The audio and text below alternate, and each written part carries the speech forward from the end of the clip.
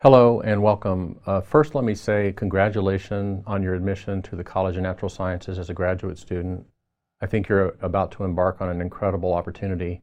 I also want to say thank you for serving as a teaching assistant this next year for our undergraduate students. My name is Mike Rainey. I'm the Assistant Dean in the College for Undergraduate Education, Advising, and Student Services. I would like to talk with you about 5 what I consider to be very important issues with undergraduate students.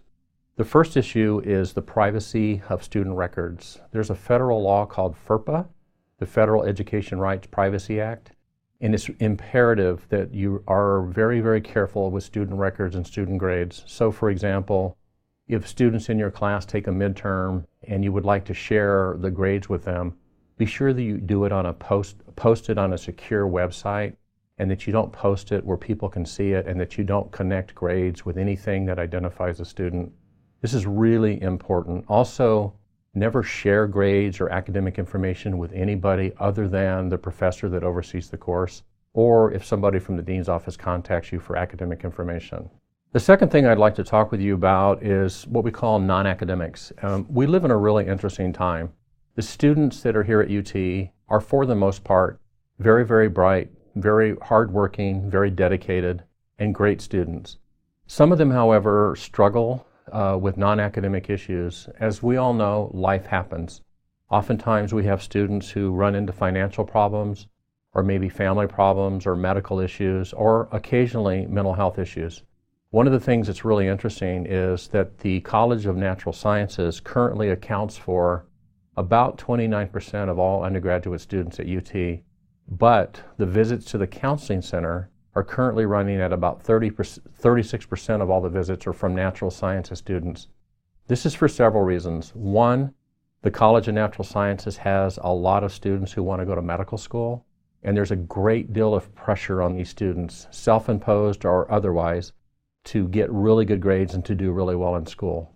So they feel a lot of anxiety, a lot of pressure, a lot of stress, and they're very tense often about grades. We also have a lot of programs in our college, like computer sciences, for example, that are very competitive to get into. And once you're in them, you have to do well to stay in. So there's a lot of pressure, stress, anxiety there as well. And something that's really interesting, students are coming into college right now with all-time high levels of self-esteem. But at the same time, while they have these really high levels of self-esteem, they are reporting all-time low levels of self-compassion.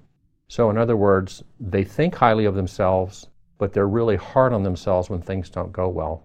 And as you probably remember, your first year of college, you have to make a transition. Things sometimes don't go well. Maybe you've done really well in high school, you come to UT, you make a C or a D or even fail the first quiz in biology or the first calculus test. Many times students don't know how to handle that. They've never experienced academic adversity, and it's a real difficult challenge for them. One of the things that's really important as a TA is that you're in the front line. Oftentimes you are the face of the course, or you're the first person, grown-up person, that the student will talk to or turn to. And so it's really important that you understand that these students are under a great deal of stress and pressure. They're looking to do well, and they're hardworking and dedicated. They may face academic adversity, they may struggle with non-academic issues. It's really important to be aware of that, to be looking for that. And if you ever do notice anybody who seems to be struggling, they don't seem to be themselves, or they seem to be out of it, or seem to be acting differently, please let us know. We have a care counselor in the college who's a licensed therapist that we can refer them to. We also have non-academic counselors in the college that can see them. You could refer them to me, the assistant dean, or you could refer them to one of our advisors, or you could also ask them to talk with a professor of the course.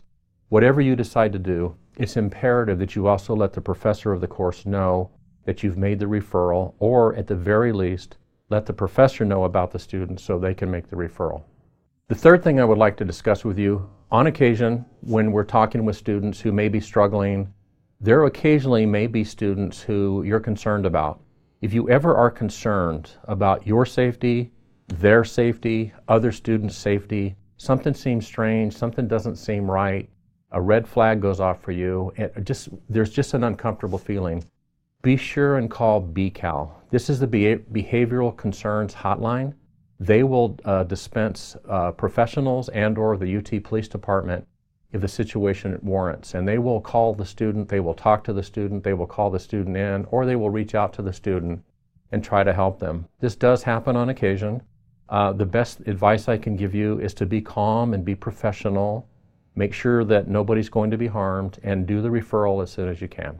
I also want to mention, in addition to the stress, pressure, anxiety of trying to do well in the College of Natural Sciences with a very rigorous and demanding degree, there's also a lot of bureaucracy at the university. There's a lot of rules and regulations, and you may have students come ask you, I'm thinking about dropping this course. Am I able to? Can I? What's the deadline?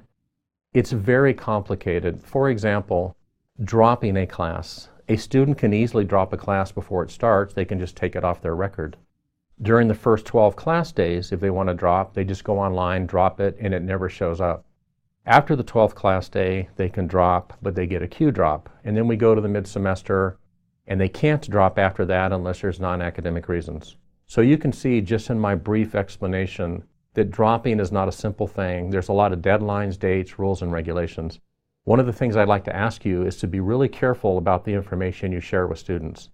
Always try to refer them to an advisor or to the dean's office if they have questions along these lines. We have had examples in the past where faculty members and TAs have shared information with students and it was incorrect, and then the students suffer. So for example, last year, a TA in a calculus class talked with a student, and after the student didn't do well on the second test, they wanted to drop, and the TA said, don't worry about it, hang in there, you'll get better, you can drop later. Well, unfortunately, that wasn't true. It was about a week before the drop deadline, and when the student finally decided, yes, I do want to drop, it was too late. And so we have to be really careful about the information, and keep in mind, it's very complicated, there's a lot of policies, there's a lot of rules and regulations, there's a lot of deadlines, and it's all your responsibility is to let students know that they need to talk to somebody who can help them. So do a referral to an advisor, to the dean's office. We will call them in, talk to them, and let them know how things work and how it all works. The last thing I'd like to ask, if you would please consider, and this is really a big request from me, a favor, if you will, please be the teaching assistant you wanted and needed when you were in college. And by that, I mean be accessible. If you're holding office hours, if you have a discussion section, take it seriously, be there, try to help the students. If students reach out to you, please meet with them. Be the person that you needed and wanted when you were in college. Don't be the TA that's not accessible or that blows off things, that doesn't answer emails in a timely manner and doesn't help their students. It's very hypocritical to say one thing and do another. So for example, if you expect your students to meet deadlines, to be in class, to send emails by a certain time and to do certain things, then you should also have that same expectation of yourself. If you expect students to reply to your emails or to acknowledge your emails or to do something in a timely manner, then you should as well. And I know I sound like I'm preaching, but this is vitally important. We do have, on occasion, students who get caught up in trying to do the right thing, trying to meet a deadline, trying to send an email, and whoever's on the other end, whether it's an administrator in my office, an advisor, a TA, a professor, if they don't have the same standard for themselves that they have for students, it causes a lot of problems. So please be courteous and treat your students well, and be the TA that you wanted and needed when you were in college. I hope that some of these things I've talked with you about today are helpful.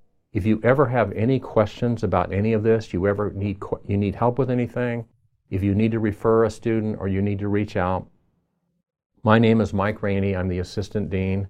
You can email me at mike.rainey, R-A-N-E-Y, @austin.utexas.edu, or you can call me at 512-471-4536. Again, thank you very much for listening. Please be kind and courteous and help our students. Be the TA that they need. Be the TA that you wanted when you were in college. Reach out to us if anything ever seems strange or unusual or you feel like you need help. And I hope you have a wonderful, great first semester at UT, and best wishes for you in your career in your graduate program here. Thank you.